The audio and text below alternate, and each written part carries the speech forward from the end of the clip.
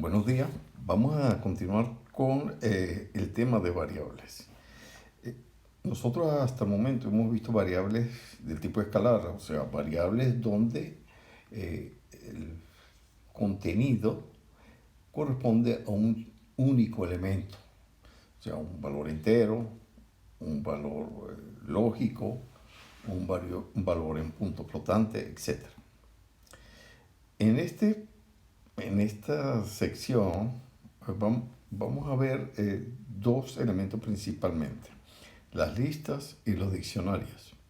En Python, además de las listas y los diccionarios, tenemos las tuplas, los conjuntos, que los veremos posteriormente como casos de aplicación.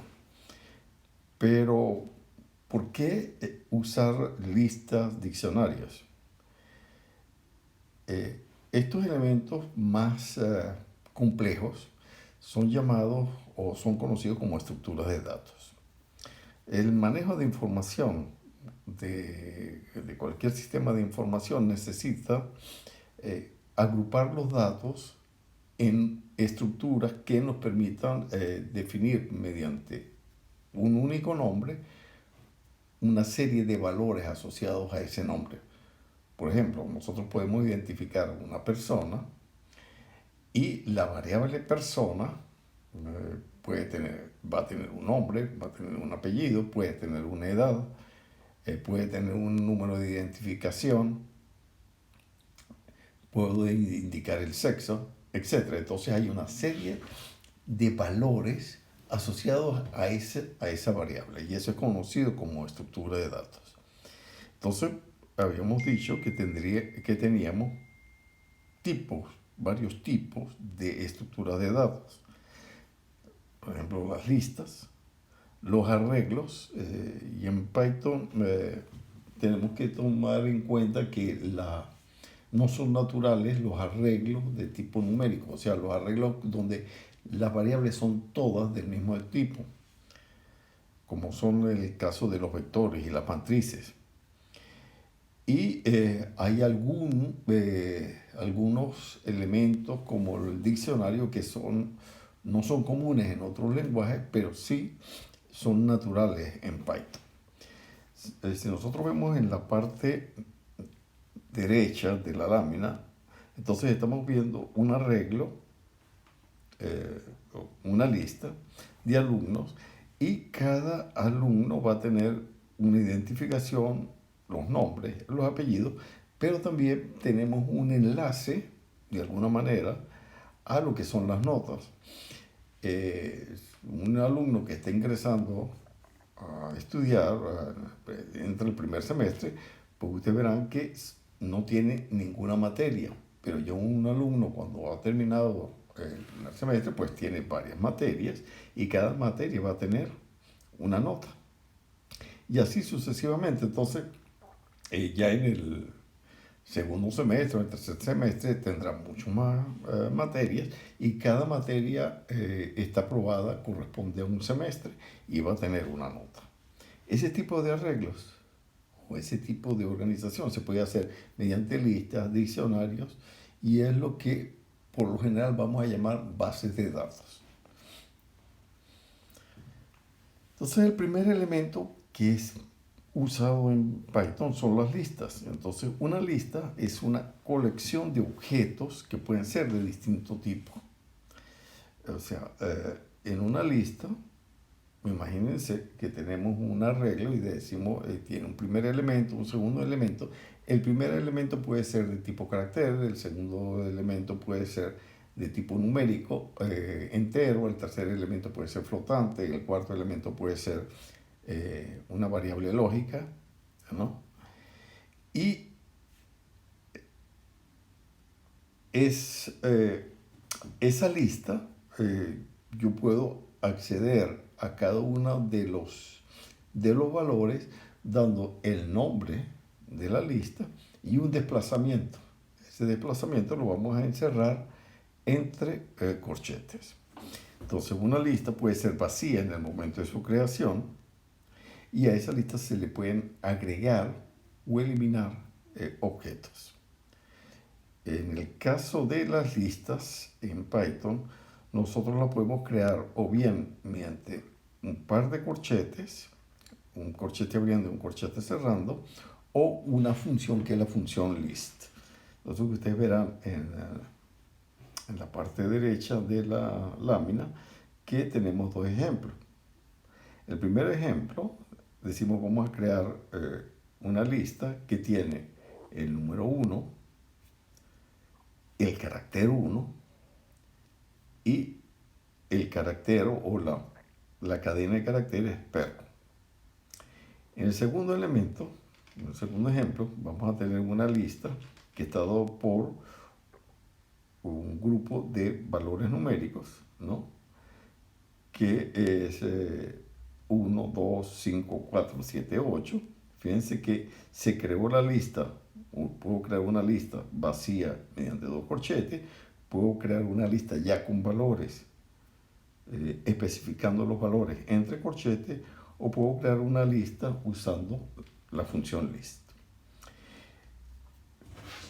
Entonces, en el primer caso, nosotros podemos ver que la lista tiene una longitud, y esa longitud en realidad es a la cantidad de valores que puede ser accedido en la lista.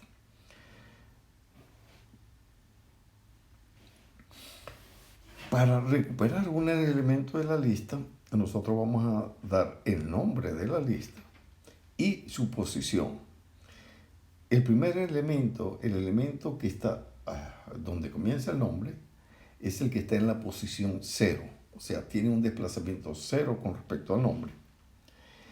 Y podemos tener también índices negativos, pero cuando utilizamos un índice negativo nos estamos yendo al final de la lista hacia atrás.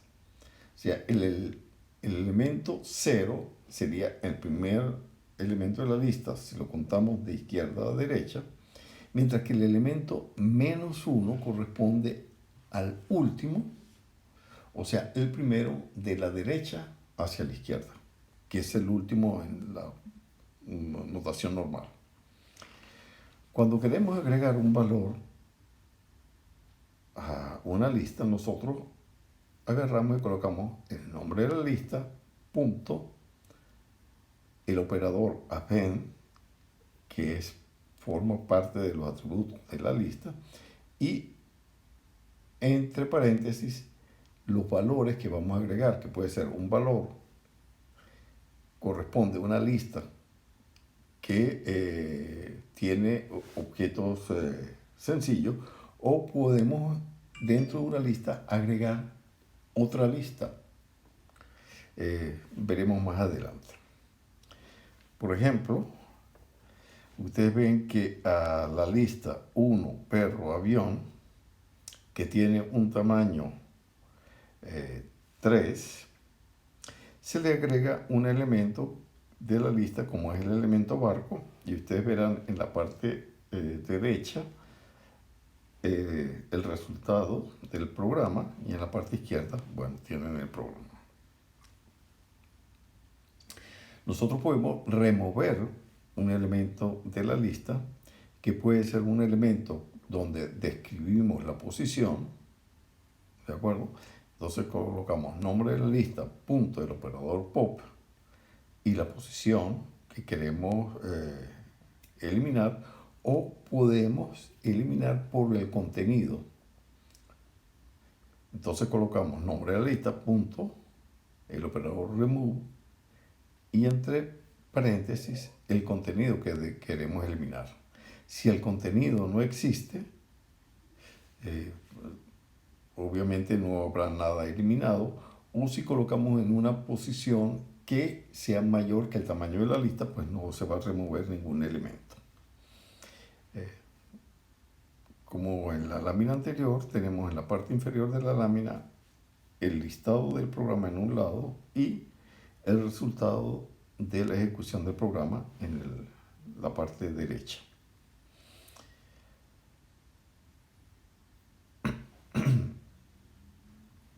El siguiente elemento construido a partir de las listas son las tablas. Entonces ya tenemos elementos de dos dimensiones.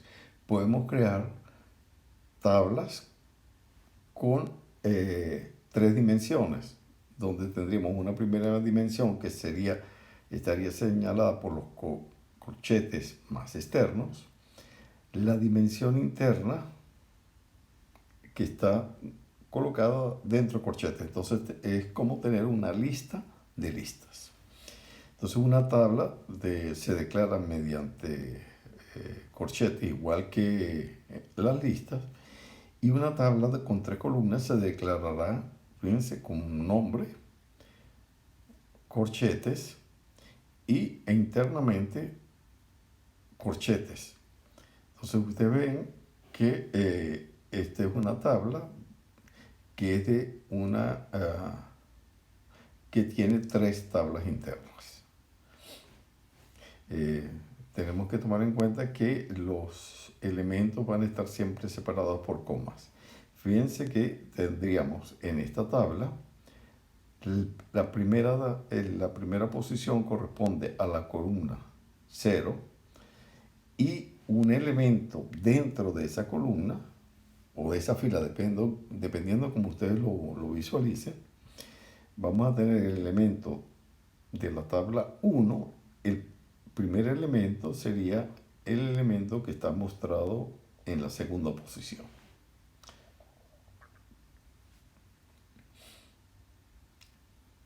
Un ejemplo de construcción, fíjense que se crea una tabla de dos dimensiones, ¿de acuerdo? Y a esa tabla le vamos a agregar un primer elemento que es el 1, 2, 3, 4 y a esa tabla, a la tabla 1, le agregamos perro y gato. Entonces ustedes ven en la parte derecha, hacemos la impresión de las tablas y fíjense lo que está sucediendo. Creamos la primera tabla que tiene una tabla que está vacía, dos tablas que están vacías y una tabla que fue la que agregamos posteriormente que tiene los valores 1, 2, 3, 4. Pero nosotros agarramos a la tabla, al segundo elemento, fíjense, tabla 1, le agregamos perro y le agregamos gato, y cuando listamos esa tabla, vamos a tener la primera columna o la primera fila que es vacía. El segundo elemento de la tabla va a tener como contenido perro y gato, que es resultado de esos dos append últimos que hicimos. Y en la tercera fila tenemos los números 1, 2, 3, 4, 5. ¿De acuerdo? Podemos eliminar el elemento en la posición 0. Fíjense, hacemos tabla punto pop 0 y eso nos cambia la tabla a tener solamente dos filas.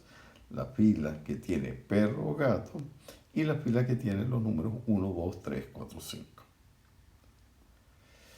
Podemos crear una nueva lista, ¿no?, que es unidimensional, que tiene el nombre de los estados, Mérida, Zulia, Táchira, Trujillo, y agregar esa tabla, y agregar a la tabla esa lista nueva, y vamos a tener entonces una tabla que tiene tres listas internas, donde la última que agregamos es la que corresponde al nombre de los estados.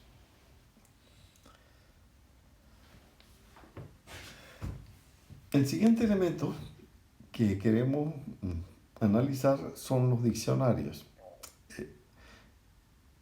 Un diccionario siempre va a estar compuesto, o son listas que tienen dos valores, o que tienen n valores, pero que tienen para cada elemento una clave, que es cómo lo vamos a acceder, y un contenido o un valor. Fíjense que ellas se declaran utilizando llaves. Entonces, su declaración va a ser, la primera parte se coloca la clave, 2 puntos y el contenido. La clave tiene que ser literal, deben ser cadenas. Las claves deben ser únicas, o sea, yo no puedo crear 2 elementos que tengan la misma clave. Si yo creo un elemento con una clave y luego digo que voy a darle un valor a otro elemento con esa clave, lo que se hace es se sustituye el valor que tiene esa clave. El contenido, el contenido debe ser, puede ser un escalar o puede ser una lista. Por ejemplo, nosotros podemos tener una clave, un diccionario que está referido a personas, donde la clave es la cédula de identidad de la persona y en los valores podemos tener una lista que se está dado por el nombre y la edad. Ahí tenemos un ejemplo que programado se puede ver en la siguiente lámina. Para construir un diccionario usamos el constructor dict, dict, entre paréntesis, y hacemos d igual a dict, y esto me va a generar un diccionario vacío. O yo puedo crear un diccionario indicando los elementos. Ejemplo, dict 1 es igual a 1, 2 igual a otra cosa. 1 pasa a ser la clave, o sea, la cadena literal es 1, pasa a ser la clave. 2 es la clave del segundo elemento. O podemos crear un diccionario teniendo una lista de elementos iterables. Por ejemplo, ahí lo que tenemos son 3 tuplas, donde con esas 3 tuplas creamos un diccionario. Para agregar un nuevo elemento al diccionario o modificar un existente, lo que vamos a utilizar es el nombre del diccionario, entre corchetes la clave, y a eso le asignamos un valor. Como ella sabe que es un diccionario, se asume que la clave es la clave, lo que está entre corchetes es la clave, y el valor es el que está en la parte derecha de la expresión. Ustedes ven un ejemplo en la parte derecha de la lámina.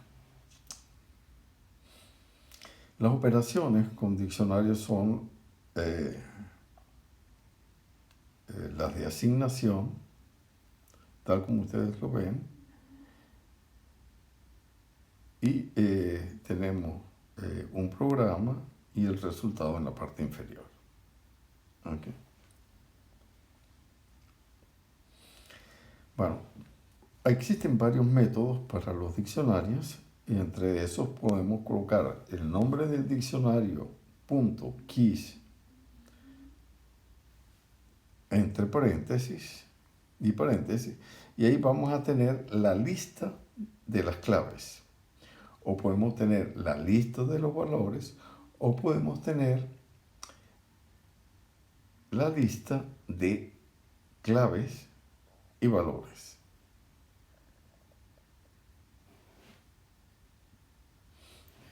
Se ve en el ejemplo de un programa y los resultados de la ejecución de ese programa. Para obtener un elemento, nosotros podemos utilizar dict, el nombre del diccionario, punto, el método get y la clave, y vamos a recuperar el valor que le corresponde a esa clave. O podemos eliminar un elemento del diccionario utilizando dig, el método, el nombre del diccionario, el método pop y la clave. Eso devuelve el contenido, pero remueve el elemento. O podemos usar pop item como método, que lo que hace es que elimina el último añadido y devuelve la tupla correspondiente. Un ejemplo de aplicación se da en la lámina que está más abajo.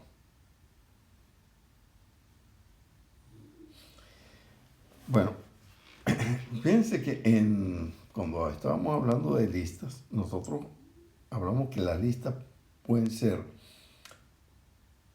arreglos donde los tipos pueden ser enteros, flotantes, variables carácter, etc. En operaciones numéricas, en cálculo matemático, vectores, matrices, en cálculos estadísticos, etc., nosotros vamos a trabajar con varios valores que son todos del mismo tipo, y entonces vamos a declarar en Python array. Pero el array no es una estructura de datos de las que vienen por defecto cuando se abre Python, cuando se está ejecutando Python. Por lo tanto, nosotros tenemos que especificar en el programa que vamos a utilizar una librería adicional. Y eso se hace declarando import. O sea, antes de usar esa librería, tenemos que colocar import y el nombre de la librería que vamos a utilizar.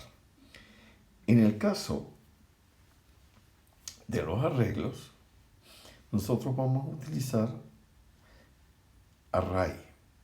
Entonces, vamos a declarar, fíjense, ar como un arreglo, ¿no? Es un arreglo, pero que está en la librería array. Entonces, ar igual array, punto. Array, ese primer array corresponde a la librería, punto, que es un arreglo, y entre paréntesis vamos a colocar de qué tipo es el arreglo, si es entero, si es flotante, si es cadena de caracteres, pero siempre vamos a ver que todos los elementos son del mismo tipo. En este caso vamos a declarar un vector de números enteros que tiene como elemento 10, 20, 40, 80. Si nosotros queremos ver qué es un array, fíjense, colocamos el nombre de, o mandamos a imprimir, cuando le estamos utilizando en modo interactivo, el nombre de la variable, y eso nos va a dar como resultado el tipo, array, el tipo de los valores que tiene el arreglo y el arreglo. En Python, aparte del array que es creado por Python, existe una librería específica para el cálculo matemático que se llama NumPy, N-U-M-P-Y, y que es esencial conocer cuando uno está haciendo análisis estadístico o cuando está haciendo trabajos de cálculo científico. Bueno, con esto hemos visto la parte de estructuras y a medida que vayamos avanzando en el semestre con los ejercicios, pues trataremos de profundizar estos conceptos.